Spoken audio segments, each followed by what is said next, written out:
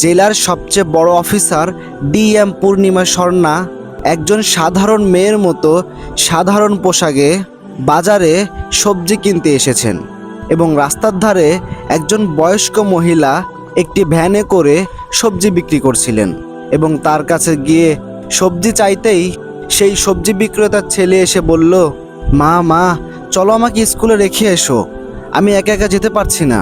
তখন সেই মহিলা বলল, বাবা আমি দোকান রেখে কিভাবে যাব বলো, তুমি যাও, কষ্ট করে হলে তুমি চলে যাও। কিন্তু তার ছেলে অনেক জেদ করছিল। আর এই সব দেখে পূর্ণিমা বলল, বোন আপনি আপনার ছেলেকে স্কুলে রেখে আসুন, আমি আপনার দোকান দেখছি। বন্ধুরা, এই পূর্ণিমা মেয়েটির মন অনেক ভালো। এত বড় অফিসার হওয়া সত্ত্বেও তার মনে কোনো অহংকার নেই। সে সবসময় সাধারণ মানুষদের মতো চলাফেরা করতে পছন্দ করে এবং সবজি বিক্রেতা পূর্ণিমাকে ভরসা করে তার দোকানটি রেখে তার বাচ্চার সাথে স্কুলে চলে যায় এবং পূর্ণিমা সেই দোকানটির কাছে দাঁড়িয়ে রইল। কিছুক্ষণ পর একজন পুলিশ অফিসার তার বাইকে করে এলো এবং বাইকটি সাইড করেই পূর্ণিমাকে বলল, আরে রাস্তার ধারে এসব কি তামাশা করে রেখেছিস? এই কথা বলেই ভ্যানের ওপরে লাথি দিয়ে ভ্যানটা উল্টে ফেলে দিল।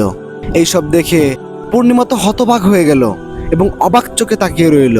তারপর ইন্সপেক্টর তার কাছে এসে বলল, রাস্তার ওপরে দোকান বসাতে কে বলেছে? রাস্তা কি তোর বাবার নাকি? তুই জানিস এর জন্য কত বড় জ্যাম হতে পারে? এইসব বলে পূর্ণিমাকে যা নয় তাই বলতেছে।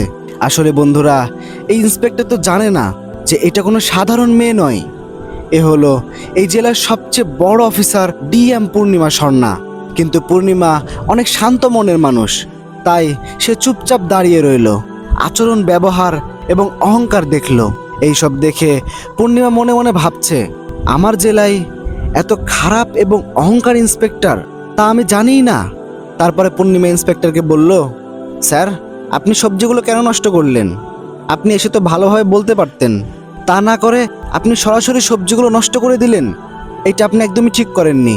আপনি একজন ইন্সপেক্টর, আপনি সবসময় আইনের বিরুদ্ধে থাকবেন, বাট আপনি তো আইনের বাহিরে চলে যাচ্ছেন, আপনি তো আইন লঙ্ঘন করছেন।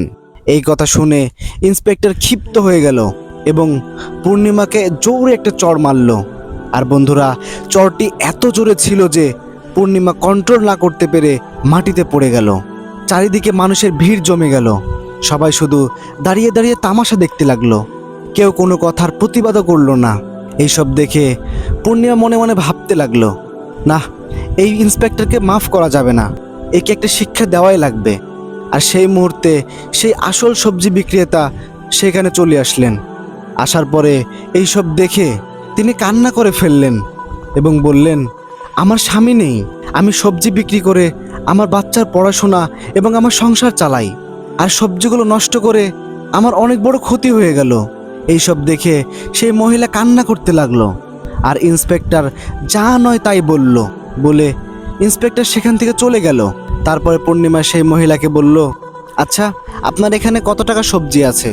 আপনি আমাকে বলেন, আমি আপনার টাকা দিয়ে দেব, সমস্যা নেই। তখন সেই মহিলাটি বলল, থাক বোন, লাগবে না। তখন পূর্ণিমা সেই মেয়েটিকে 5,000 টাকা দিল এবং বলল, বোন তুমি এগুলো রাখো, আর এগুলো দিয়ে সবজি কিনে তুমি আবার ব্যবসা করো, তুমি ভেঙে পড়ো না। আর এই ইন্সপেক্টরকে আমি দেখছি। 5,000 টাকা পেয়ে সবজি বিক্রেতার একটু মনটা ভালো হলো।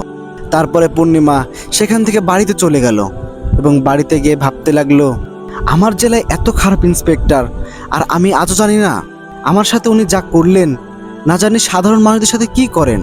পুলিশের কাজ পরিবেশকে শান্ত রাখা, কিন্তু এখন দেখছি পুলিশ পরিবেশ নষ্ট করছে। আর এই ইন্সপেক্টর অনেক অহংকারী, আর অহংকারী মানুষ কখনোই সমাজের ভালো কিছু করতে পারে না। তাই আমি ওনাকে ছাড়বো না, আমি ওনাকে সাসপেন্ড করিয়ে ছাড়বো। তারপরে পূর্ণিমা মনে মনে একটি প্ল্যান করলো এবং পরের দিন সকালে সেই সবজি বিক্রেতার বাড়িতে চলে গেল এবং তাকে সব কিছু খুলে বলল। এবং সবজি বিক্রেতা এবং পূর্ণিমা দুজনে চলে গেল সেই পুলিশ স্টেশনে এবং গিয়ে দেখলো সেখানে সেই ইন্সপেক্টর ছিল না, সেখানে কিছু অফিসার এবং কিছু হাবিলদার ছিল। এবং সেখানে গিয়ে পূর্ণিমা বলল, স্যার আমি একটি রিপোর্ট লিখাতে চাই। কালকে সকালে আমার এই বড় বোনের সবজি নষ্ট করে দিয়েছে আপনাদের ইন্সপেক্টর, তাই সেই ইন্সপেক্টরের বিরুদ্ধে রিপোর্ট লিখাতে চাই। তখন সেখানে থাকা সকল হাবিলদার হাসতে লাগলো এবং বলল, ইন্সপেক্টর যা করেছে বেশ করেছে, রাস্তার উপরে কেন সবজির দোকান বসাইতে হবে? তার জন্য অনেক বড় জ্যাম হইতে পারে, তাই ইন্সপেক্টর যা করেছে একদম সঠিক কাজ করেছে। আর তোদের সাহস তো কম না, তোরা ইন্সপেক্টরের বিরুদ্ধে রিপোর্ট লিখাতে এসেছিস। তোরা জানিস এখন ইচ্ছা করলে তোদেরকে জেলে ভরে দিতে পারি। এইসব দেখে পূর্ণিমা আরও অবাক হয়ে গেল যে এই জেলায় কোনো বিচার নেই, আমার জেলায় এইসব হচ্ছে, আমি জানি না।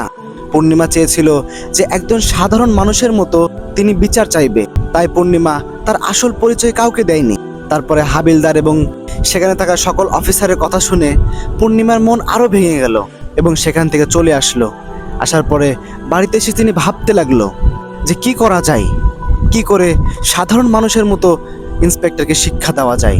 এবং সে অনেক ভেঙে পড়লেন যে তার জেলার অফিসাররা এত খারাপ। তারপরে তার হঠাৎ করে মনে হলো যে বাজারে ইন্সপেক্টর এইসব করেছে সেখানে আশেপাশে কোনো সিসি ক্যামেরা নেই, তো যদি সিসি ক্যামেরা থাকে তাহলে সেই ফুটেজটা তার সাক্ষী হিসেবে কাজে লাগবে। কারণ ইন্সপেক্টরের বিরুদ্ধে একজন সাধারণ মানুষ হিসাবে অ্যাকশন নিতে গেলে অনেক প্রমাণ প্রয়োজন। তাই পূর্ণিমা সেখানে দেরি না করে দ্রুত সেই বাজারে চলে গেল এবং আশেপাশে দেখলো কোনো সিসি ক্যামেরা নেই, কিন্তু একটা শোরুমে সিসি ক্যামেরা ছিল। এবং সেখানে গিয়ে দেখে একজন বয়স্ক লোক বসে আছে। তাকে বলল, আঙ্কেল, আপনার দোকানের কালকের সিসি ক্যামেরা ফুটেজটি কি দেওয়া যাবে? তখন সেই দোকানদার দেখে তাকে চিনে ফেললো এবং বলল, হ্যাঁ মা, দেওয়া যাবে। কালকে তোমার সাথে ইন্সপেক্টর যা করেছে আসলে ভীষণ অন্যায় করেছে, কিন্তু মা, তুমি এই সিসি ক্যামেরা ফুটেজ দিয়ে কি করবে? সে একজন বড় ইন্সপেক্টর, তার বিরুদ্ধে তুমি কিছুই করতে পারবে না। তখন পূর্ণিমা মুচকি এসে বলল, আঙ্কেল, আমরা মানুষ আর সেই ইন্সপেক্টরও মানুষ, বড় বলতে কেউ হয় না, আমরা সবাই সমান। আর সব থেকে বড় কথা হচ্ছে আইন সবার জন্য সমান। এই কথা শুনে সে বয়স্ক লোকটি খুশি হয়ে গেল এবং বলল, ঠিক আছে মা, এই নাও, এবং তাকে ফুটেজগুলো তার ফোনে পার করে দিল। এবং পূর্ণিমা মনে মনে ভাবতে লাগলো যে প্রমাণ তো পেয়ে গেলাম, এবার তুই কোথায় পালাবি? তারপরে পূর্ণিমা অনেক বড় বড় অফিসারের কাছে গেল এবং তাদেরকে সম্পূর্ণ ভিডিওটি দেখালো এবং সম্পূর্ণ প্রমাণ ও সাক্ষী সব কিছু পূর্ণিমা রেডি করে ফেলেছে।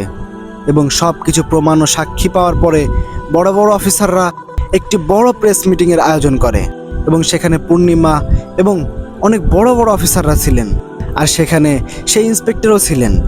তারপরে সেই ভিডিও ফুটেজটি সকলের সামনে উপস্থাপন করলেন এবং সেখানে থাকা অফিসাররা দেখে বলল, একজন পুলিশের দায়িত্ব সমাজকে রক্ষা করা, তাই বলে ক্ষমতার অপব্যবহার করা যাবে না। আর এই ফুটেজটা দেখে যা বোঝা যাচ্ছে এই ইন্সপেক্টর অনেক অহংকারী। এই ইন্সপেক্টর তার ক্ষমতার অপব্যবহার করেছেন, একজন গরিব মহিলার পেটে লাথি মেরেছেন। এইরকম ইন্সপেক্টরকে শুধু আমাদের না, কোনো ডিপার্টমেন্টে রাখা উচিত নয়। এইসব বলে সবাই পরামর্শ করে ইন্সপেক্টরকে সাসপেন্ড করা হলো। শুধু তাই নয়, সবজি নষ্ট করার জন্য জরিমানা নেওয়া হয়েছে এবং ইন্সপেক্টরের 5 বছরের জেল মঞ্জুর করা হয়েছে। আর এই সব দেখে সেই ইন্সপেক্টর ক্ষিপ্ত হয়ে গেল এবং পূর্ণিমাকে বলল, না, এ হতে পারে না, আমি তোকে ছাড়বো না, এই হিসাব তোলা রইল, আমি তোকে ছাড়বো না, তুই আমার হাত থেকে বাঁচতে পারবি না, আমি তোকে দেখে নেব। তখন পূর্ণিমা বলল, আরে যা যা, তোর মতো ইন্সপেক্টরকে কত দেখলাম, যা তুই কি পারিস করে নিস। এবং পূর্ণিমা অনেক খুশি, কারণ একজন অহংকারী ইন্সপেক্টরের অহংকার ভেঙে দিয়েছেন।